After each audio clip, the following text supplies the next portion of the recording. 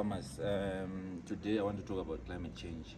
We understand that September 1 to 8 it's the Africa Climate Change Summit, where we are talking about sustainable practices that make our continent survive during this period of climate change.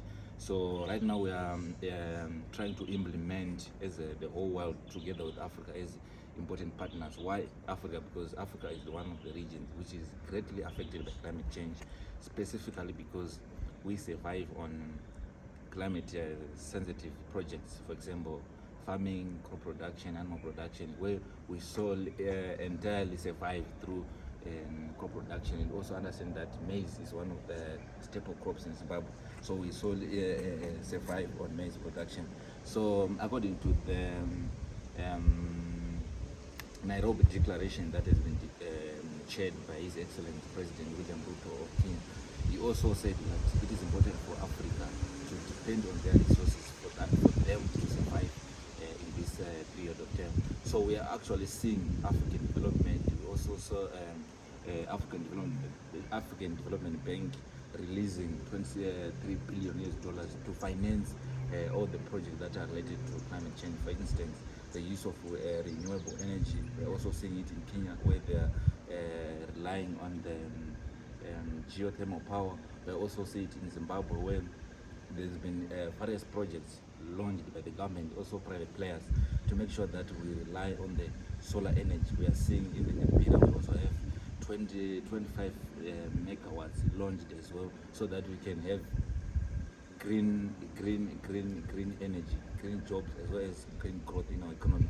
But most importantly, in agriculture, we need to make sure that we have different systems and ways to survive, so that we can have our own food without depending on the global north or global west or whatever, because we need to be self-dependency. How are we going to do that?